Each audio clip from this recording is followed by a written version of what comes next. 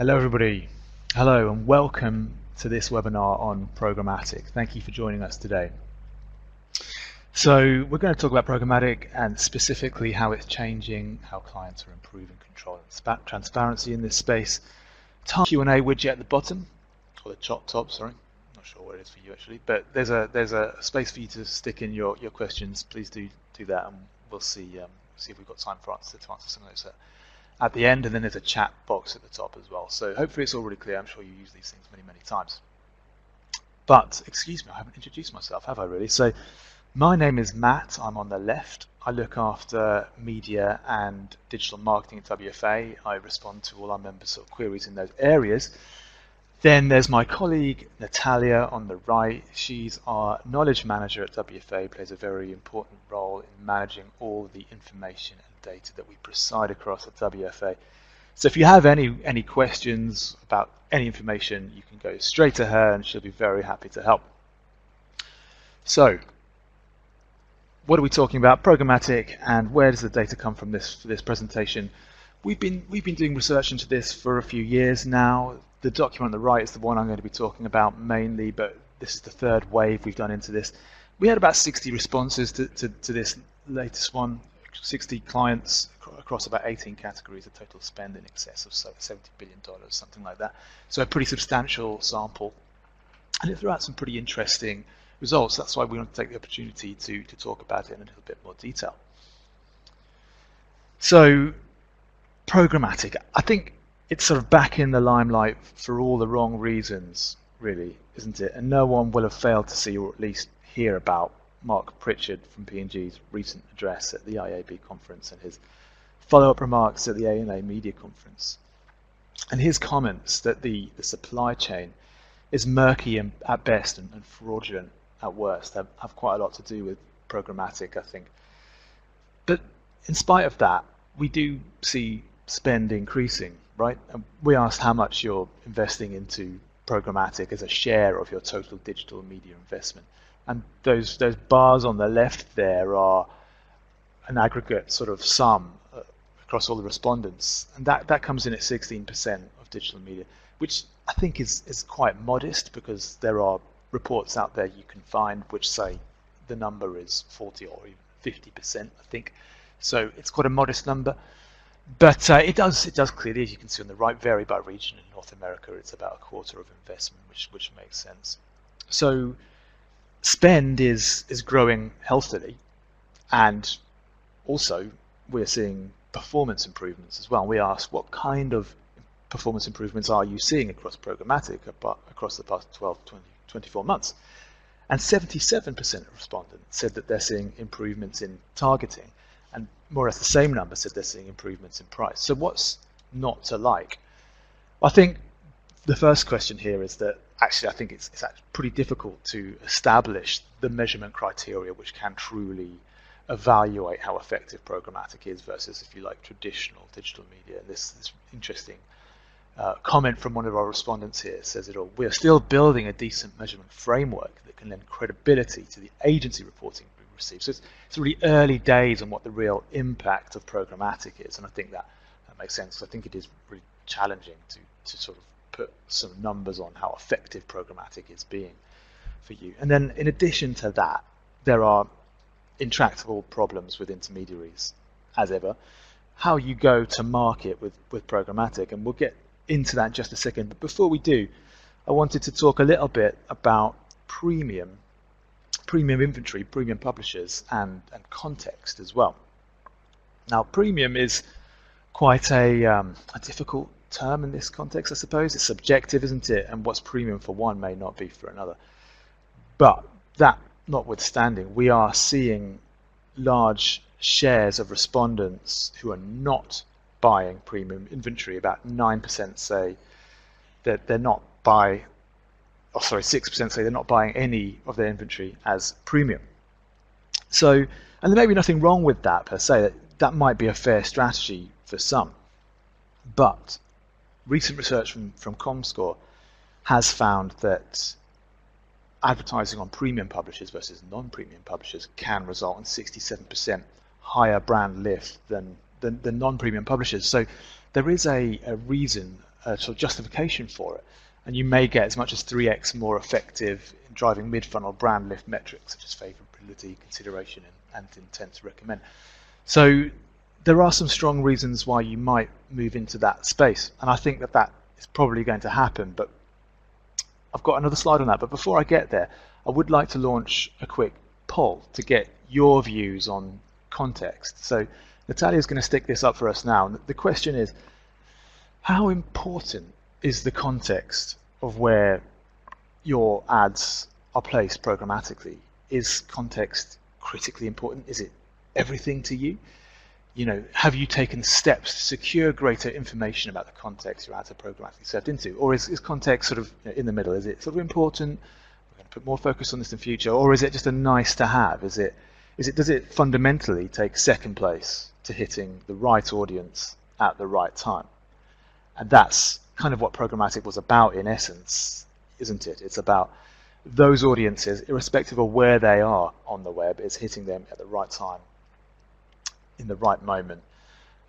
And context is irrelevant within that context. So interesting to see your views there. And okay, so we're having quite a few people vote on this one. I can see that. Should we put them up, Natalia? I think it's about as good a time as any to stick them up. So what we can see is that about 20% say context is everything. Most people are in the middle, and that's kind of what you would expect, I suppose, that the context is important. Interesting that 12% say context is just a nice to have, and this takes second place to hitting the right audience at the right time. So yeah, I mean, I think that more people will move towards context. I think there are more platforms now that do actually leverage third-party data to ensure their DSPs are finding not just audience, i.e. cookie ID or device ID, but also that the environment that ad is served into is also contextually relevant. So there are technological solutions of sorts to sort of resolve that intractable problem, but I do think that we will see the pendulum swing back in favor of premium publishers that can provide both audience and context within a controlled, open, and transparent environment. So let's see how that unfolds. And certainly, we are seeing more and more clients seek out private exchanges. And this chart talks about, well, we asked where are you advertising? What channels are you advertising programmatically through? Is it OpenRTB? Is it invite-only auctions? Is it automated guaranteed channels? And it is clear that although some people are ramping up investment in OpenRTB, a third say, yeah, we use this and usage is increasing. We're seeing that 2/3 of respondents are investing more into invite-only auctions, and 52% investing more into automated guaranteed channels. So I think these are very much the future, and I can understand why, because it helps mitigate against brand misplacement, it helps mitigate against fraud threats as well. So the motivation from the client side is clear: better control and diminished risk, and I think from a publisher it may be a no-brainer as well. So yeah, as I say, I think we'll see more of this, and it's going to be interesting to review this analysis in a year or so to see how this space is changing. But now let's take a little bit of a look at the sort of go-to-market strategies for our members, the 60-odd members that responded to this survey, and how programmatic is being done. And we refer to 4 main programmatic models: the agency trading desks, which include AQN, Amnet, Xaxis; the independent trading desks, Rocket Fuel, Trade Desk, MediaMath, DataZoo, and others. Then you've got in-house. There's some examples here. These, you can find details of these guys online. None of these are actually members. Confused.com, Netflix, lastminute.com. There are other advertisers that are doing in-house who are part of WFA's membership, more sort of CPG style brands. So it's not to say that you can't do this if you're not an e-commerce company. And I think we will probably see some growth within that space. I think we'll certainly see a lot more growth within the hybrid space. We'll talk a little bit more about this in due course. But hybrid, what is that? Well, naturally it's a mixture of these elements. So I think this is where we're going to see a lot more growth to respond to the transparency problems that we're seeing. But before we talk about that, let's put some numbers on here. So who's using what? And before I do that, actually, one other thing. Maybe you saw this yesterday. Quite interesting that Accenture Interactive are looking to help clients set up in-house trading models. So when you get big consultants like this wading in to try and help this happen, then it may help accelerate it. So quite an interesting announcement there. So in-house probably hasn't taken off in the way that some people in the press suggested it might do. Maybe there's going to be a steady continued upward trend as we go on. So interesting announcement there. Okay, so let's put some numbers on there. So not the simplest of charts, but we did want to provide the sort of universe of options available to clients. So what we found was that about 40% say they use ATDs, agency trading desks, as their principal or only model. 14% say the same for independent trading desks, and 5% for brand trading desks in-house, if you like, or hybrid models, so combined, sort of putting those two together there. So clearly in favor of the agency trading desks. But while some clients will use just one model, others will use a bit of a medley around the world. And it's interesting to introduce this next tier, those who use a model in a select market or region. And these people, I think, are mutually exclusive. So from the first set of respondents, so it's not, I would say it's not possible to use an ATD as your only model and also to use it in select markets. It's sort of one or the other, isn't it? But so clearly you can see that ATDs, ITDs, in-house, etc., that can be used as a combined way to go to market globally, to stitch together programmatic as a global thing. And it does seem that there are quite a few people doing this. A third are using ATDs in select markets. The same number are doing this for independent trading desks, and impressively 16% are using in-house or hybrid models in select markets. So quite a big step up there. And when we introduce this next level, so we asked, if you don't do this, do you plan to start? And there are 11% of respondents that do plan to start using independents. 16% plan to start using in-house or hybrid. So you can sort of see where the direction of travel is here. No one plans to start using agency trading desks. It's quite telling, actually, isn't it? So let's sort of add up all these numbers, which gives us a clearer view of the sort of direction of travel and trend it over time as well. So clearly the numbers add up to well above 100%. And as I said, we're seeing more and more clients experimenting with alternative approaches around the world at the same time. So agency trading desks remain at around 70%, as they have done for a couple of years. Independents, though, have been on a significant growth trend and now represent about half of the respondent base. And then you've got the in-house/hybrid models, which represents about a fifth of our respondents. And that has come from nowhere, really. It was just being done at the fringes of WFA membership 2 years ago. So really, really interesting. And I think, as I say, I think we're going to see those numbers change. In actual fact, I think that they could be the tip of the iceberg, because we are seeing that 9 in 10 of our members right now are currently making changes to programmatic models. Why? To help improve transparency and control. So yeah, I think those numbers, although fairly dramatic, I think they could be set for quite a big change when we do this again in the next couple of years. I've recently done a benchmark on programmatic management fees, which produced some quite interesting results. The sort of the options within that, the number of moving parts, and the costs. So that's quite an interesting piece. You can ask Natalia. We'll share a link maybe if you'd like a copy of that. It's quite interesting for you slides. So why all the change? Well, there's some really interesting comments here, which is worth just dwelling on. So we asked why you work with the model that you do. And for several people, we're seeing the same sort of comment come out here. The ATD was a legacy decision that was made when the account was won. We did not so much as go down that route, but were nudged in this direction by the agency. And we see a similar sort of comment here. This is a default decision. It was an organically developed position rather than a premeditated, pre-considered choice. And this is now under review. And that's just what we're seeing across the membership, really. Just wholesale sort of reviews of how this is being done, because those agency trading desk appointments were just made quite organically. And it's not to say that there's anything wrong with working with an agency trading desk at all. It's just that I'm seeing so many clients saying, well, we don't have any rigor around the contractual basis for this appointment. So what we need is to have that contract in place, and who we then decide to work with, we'll see. But and there'll be good choices, good decisions for the choices we make, but we have to reset the contractual basis as a start point. So that's what's going on. And a lot of it, I think, has to do with so-called principal transactions. And Mark Pritchard had an issue with this, as do many of you. What are principal transactions?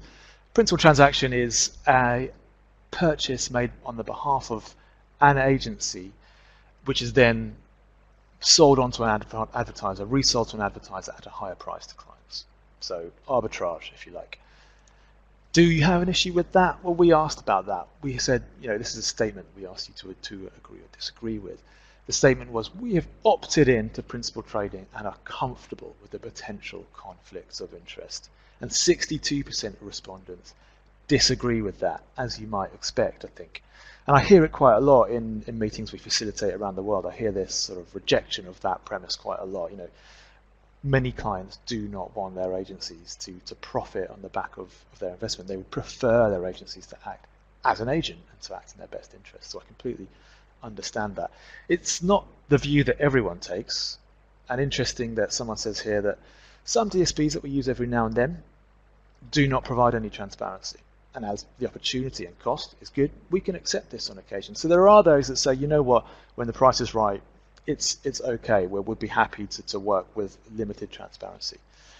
But for those who don't, the way to mitigate against that threat is via the contract. And to come back to it, resetting your contract, reviewing your contract, prohibiting these kind of behaviors is the way to ensure you have transparency with your programmatic vendor.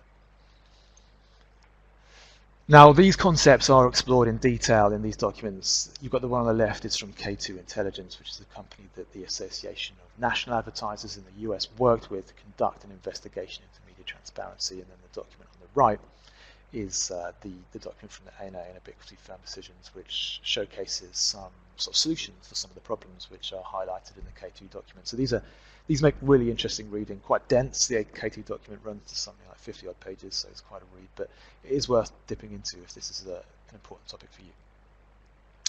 So, and yeah, we can share links to these as well. But ATDs, they do have their strengths, don't they?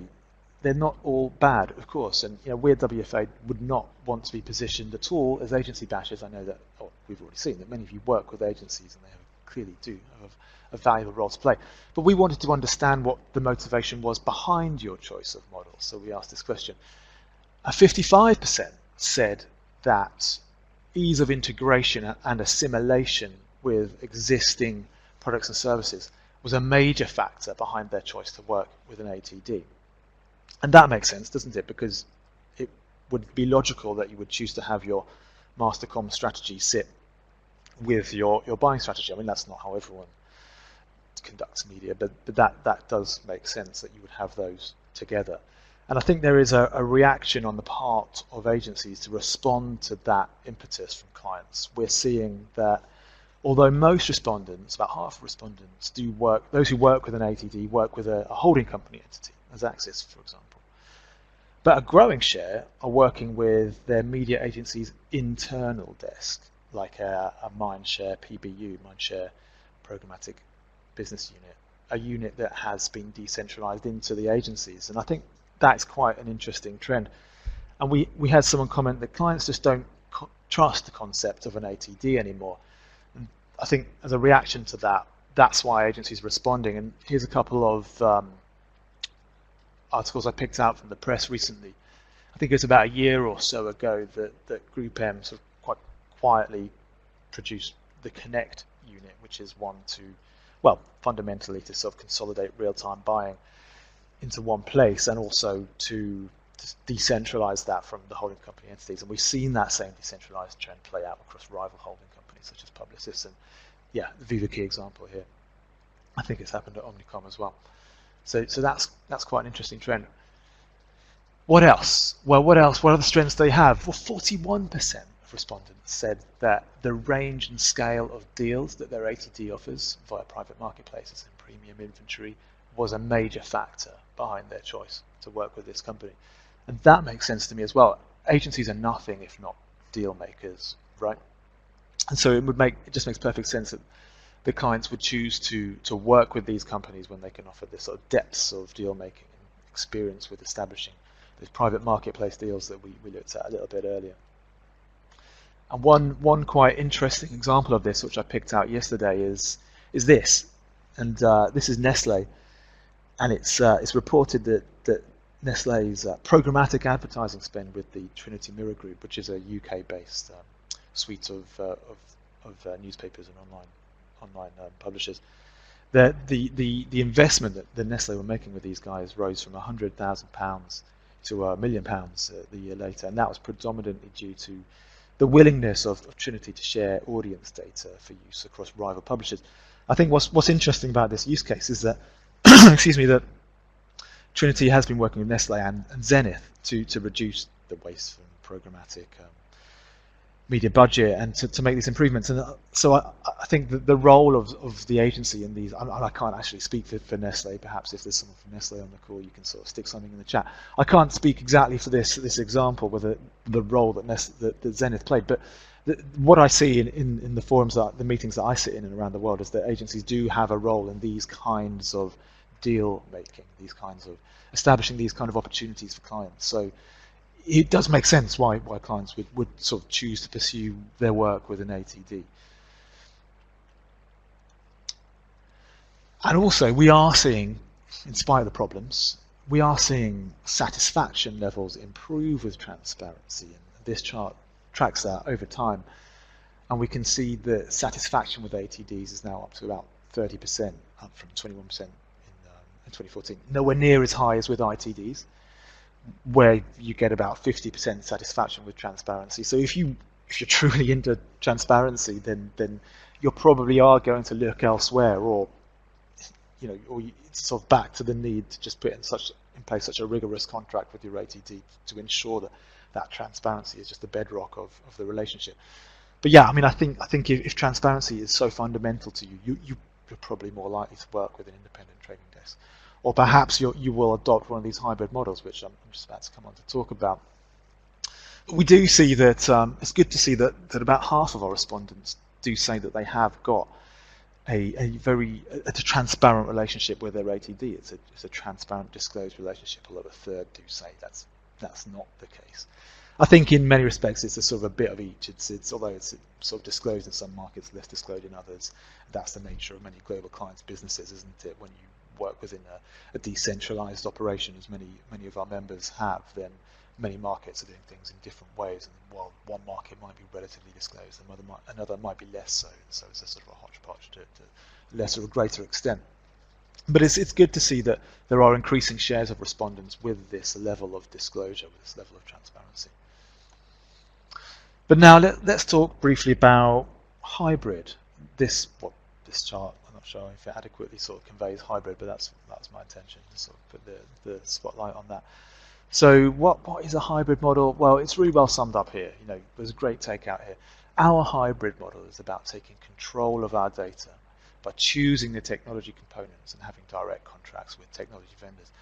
The agency still performs the work, the planning, the setting up of campaigns, and buying on the marketing tech that we have chosen.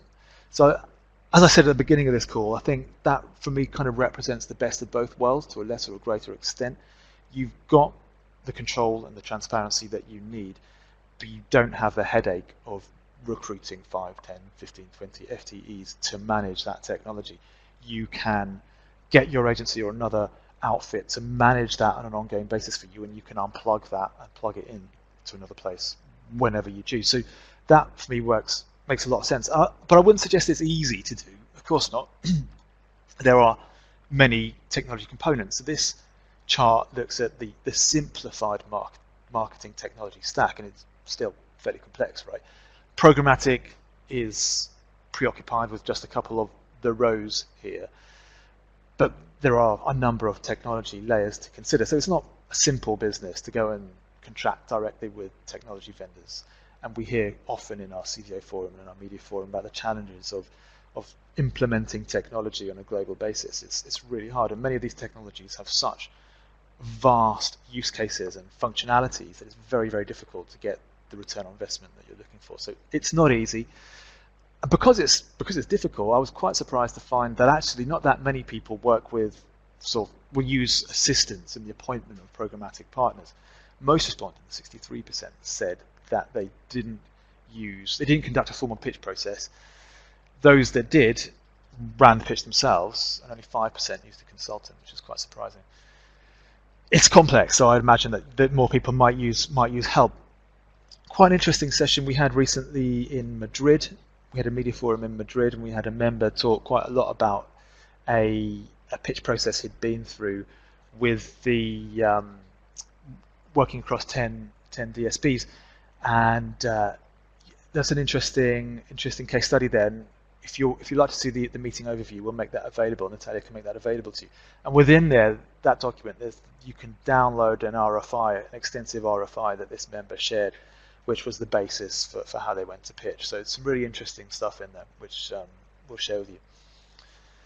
So we wanted to sum up, we wanted to sort of put some recommendations out there. So we asked, well, what advice would you offer to another WFA member who's about to launch an RFP for a programmatic partner? What could you offer? And this is the sort of list, the aggregated, consolidated list, plus a few others that I've picked up in sessions which we've been facilitating around the world. And hopefully these are useful for you as you go forwards with your own programmatic operations. Firstly, assess the current programmatic activity in your key markets. And I've heard a couple of members talk about this in a bit more detail. Sort of drawing a line in the sand, really, understanding how it's being done by your local market, aiming to understand and benchmark how that's done, what the capability level is, what level of sophistication is at play, and then you can build from there. And that will inform the model that you choose. The recommendation here, ideally hire an external consultant to do this, but that's not critically important. Ultimately, the process should be run by an internal cross-functional team, says this member here, so I think that's quite an interesting one. Data strategy is the next one. Conduct a data audit and lay out data strategy. And again, we've heard about this quite a bit. We've heard quite a few members talk about this in sessions we've done in various places. And it makes sense. The data is so critically important. Don't get your technology first, get your data strategy in place first, and that will inform your technology choices. So develop a single cohesive plan for the use of data. Data is a core asset to support business strategy, objectives, and operational decision making. So I think that's a really, really key and useful piece of advice there. Next, be inclusive of the media agencies.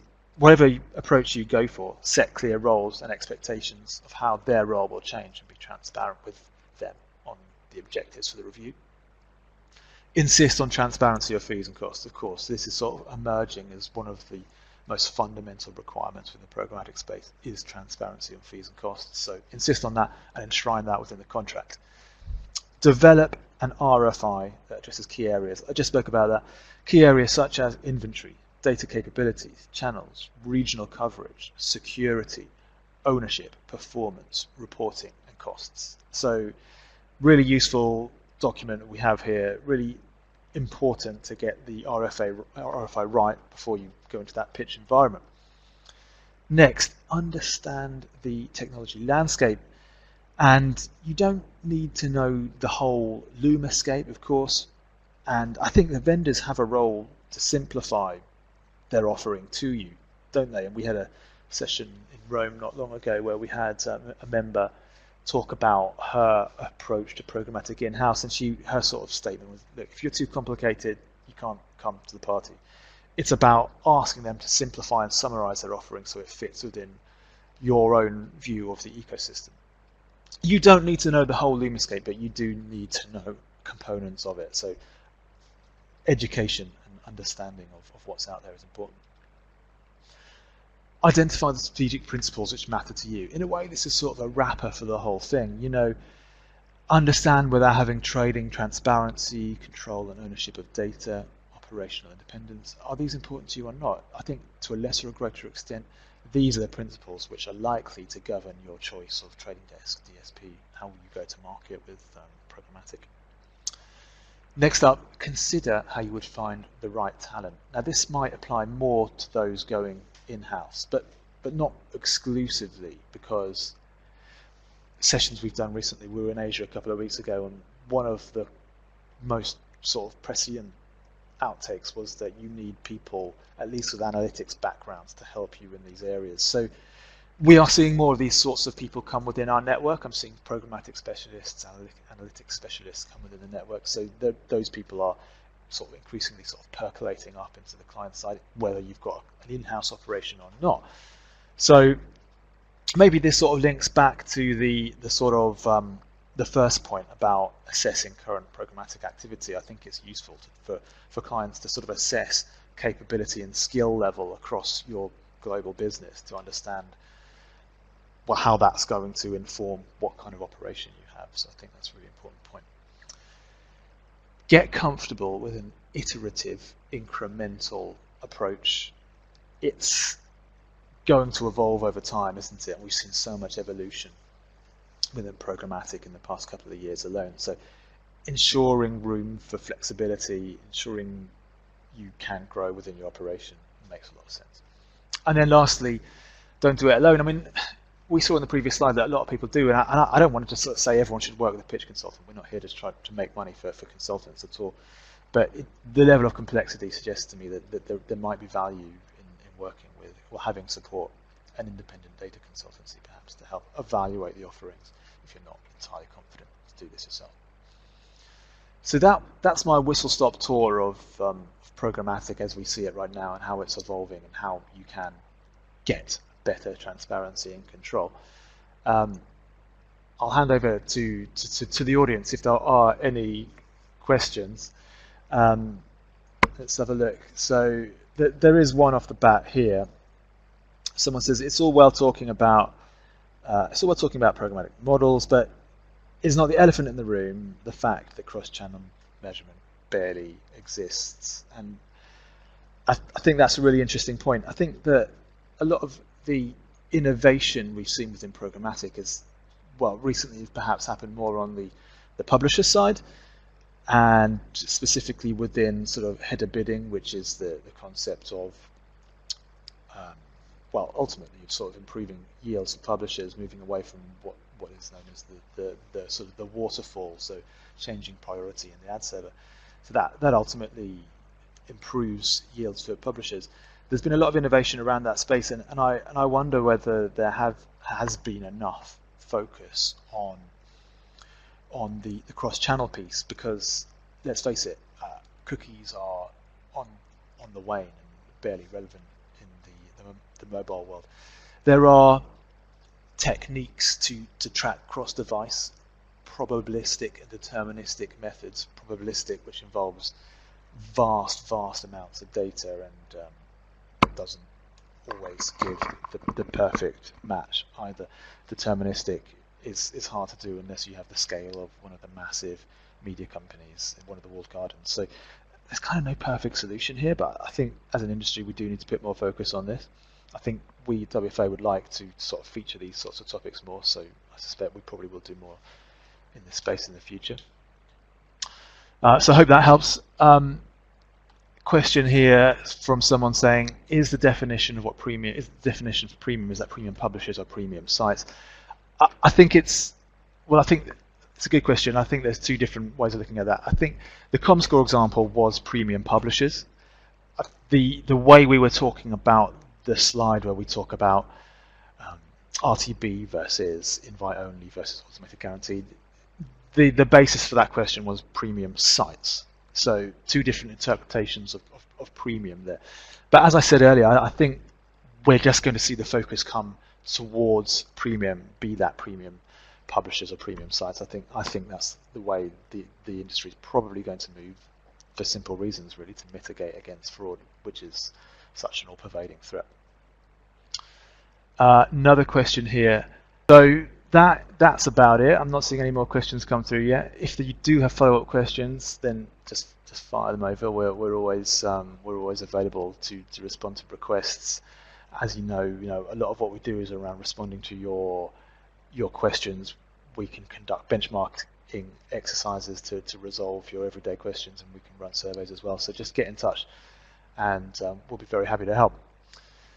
Before we go, it's worth saying what's next. We have quite a few sessions on the horizon. We have an IMC forum. We've got an Insight forum happening today in London, actually, I should say. We have an IMC, Integrated Marketing Communications Forum, taking place next week as part of Ad Week in London. That's going to be held in Fortnum and Mason. Week after that, we've got a digital CDO forum kindly hosted by Shell in London. The agenda is out for that. It's a really interesting one. Please do attend that if you would like. Then we have a more general WFA forum in Mumbai hosted by Tata. Then we've got a media forum on the 6th of April in New York, kindly hosted by Diageo. It's the second time they've hosted us in recent months, so thank you very much to Diageo for that. The agenda is out for that. It's a good agenda, and please do let me know if you'd like to see that. Shortly after that, we've got something going on in Shanghai, a workshop, and then another workshop in Toronto, media transformation workshop, part of our Global Marketer Week.